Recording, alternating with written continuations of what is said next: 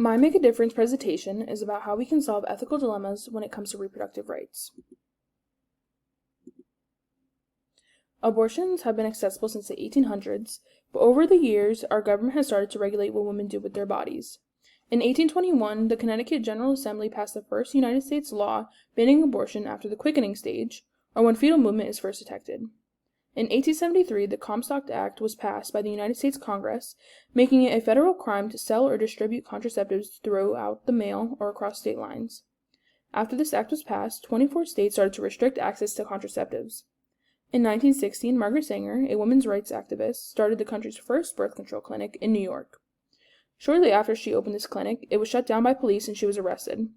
Margaret Sanger and other activists continued to fight for rights for women and were able to make a lot of progress.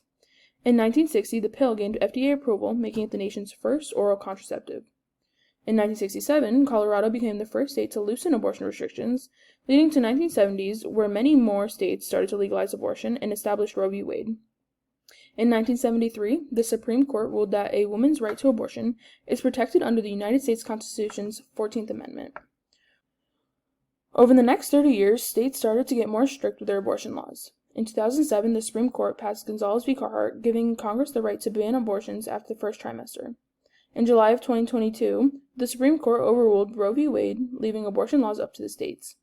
Since this ruling, 14 states have a total abortion ban, and 27 states have restrictions on abortions. Reproductive rights have been a topic of discussion since the 1800s. This is an ethical issue because everyone has a different opinion when it comes to contraceptives and abortion.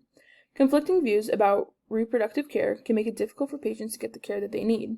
However, when we look at our pillars of ethics, autonomy highlights that everyone has the power to make rational choices about their own body. If autonomy is stressed with every other medical procedure, then why is it so easily overlooked when it comes to reproductive rights? There are many reasons why we should push to solve this ethical issue.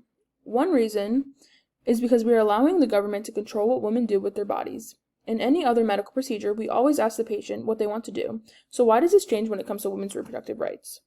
Another reason why we should solve this issue is because having restrictions like these on women's bodies takes away gender equality. There are no regulations on the male reproductive system, so it should be the same for women. Lastly, if abortion becomes illegal, it will not completely prevent them from happening. Women will still find ways to terminate the pregnancy that could potentially be extremely harmful to themselves.